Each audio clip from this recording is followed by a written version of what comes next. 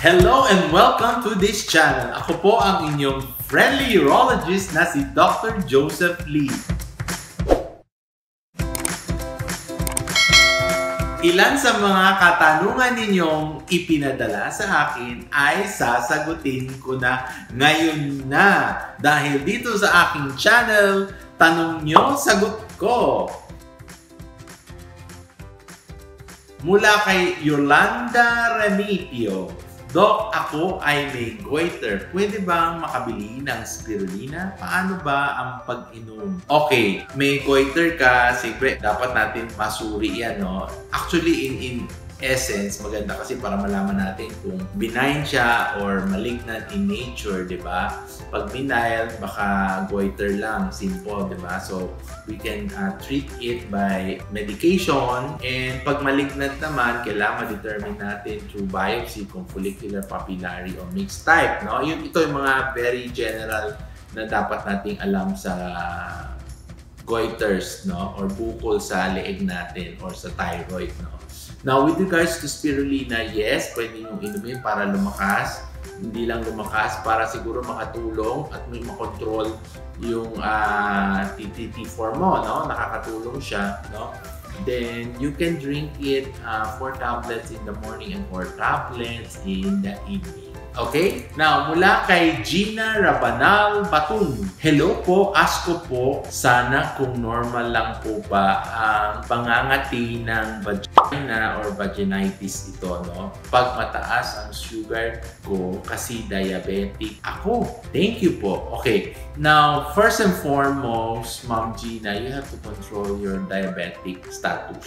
So, ibig sabihin, yung FPS mo, yung sugar levels mo, blood sugar mo should be in normal baseline, no? So if you need to have medication or you have been diagnosed to be diabetes, kailangan naka-maintain ang blood sugar ninyo. Okay? Then with regards to pangangati and all those stuff, vaginitis, no? Siguro importante magpa-urinalysis, magpa-urine culture, tingnan natin kung may infection ka.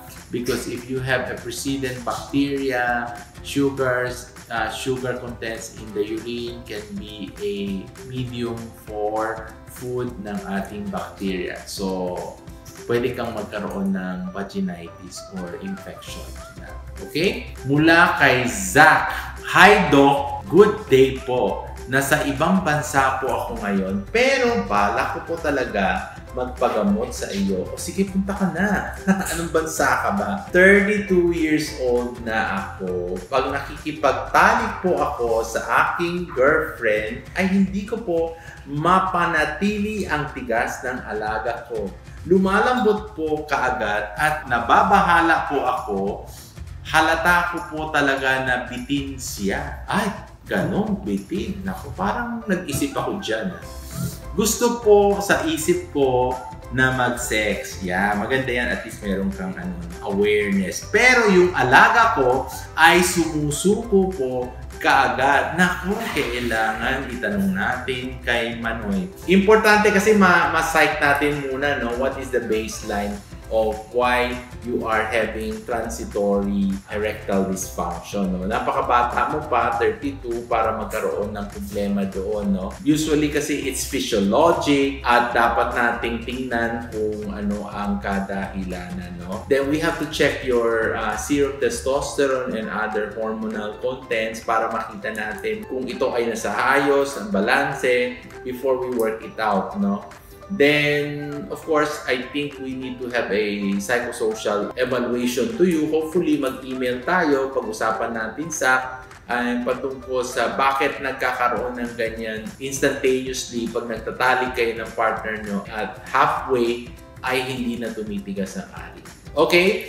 Don't be afraid to ask and we will do everything for you. At bata ka pa, huwag kang mag-alala at lagi lang umisip tayo ng positive at maayos natin ang Manoy mo. Mula kay Mark Santillan. Good morning po, Doc Joseph. Tanong po kung anong lunas sa bayag ko pag kinakapa ko. Talaga, kinakapa mo. Parang may matigas na bukol. Tapos yung egg ko po ay lumalaki. Ano pong lunas dito? Okay, probably we can have a lot of differential diagnosis on mine, no? Pwedeng varicocele, spermatocele, epipedimal cyst, no? Pwede rin chronic orchitis na may infection, no? These are all very diagnostic in the sense that kailangan natin suriin, kailangan tayo mag-medical management, kailangan natin tingnan, kailangan natin i-work up ka, Mark, para makita natin kung ano yung bukol na kinakapa mo. Now, if you have lesions that are very quite unusual, but it can be, you can have tuberculosis of the testicles na coming from untreated pulmonary tuberculosis. So may TB ng testicles rin, no? These are very, very unusual, but it can happen lalo na sa ating bansa. Okay? So kung ako sa iyo, Mark, pumunta ka sa akin at i-evaluate kita. Okay, mula kay Rusel Ann Acob, napanood ko po ang YouTube channel ninyo. Salamat, salamat, salamat. May prize ka sa akin. At napag-usapan ang patungkol sa spirulina. Ask ko lang po sana kung pwede ito sa may hypothyroid or even yung condition mo na hyperthyroidism. Yes, you can take it because it has substances that are phytochemicals and anthocyanin that are very, very good for your thyroid. So, kung ako sa'yo, start ka na at uminom ka na. Okay, Russell?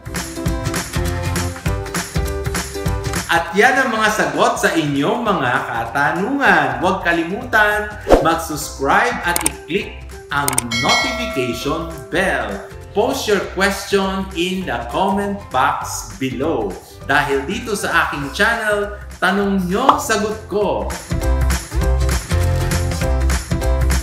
Muli ako ang inyong friendly urologist na si Dr. Joseph Lee saying hello but never goodbye!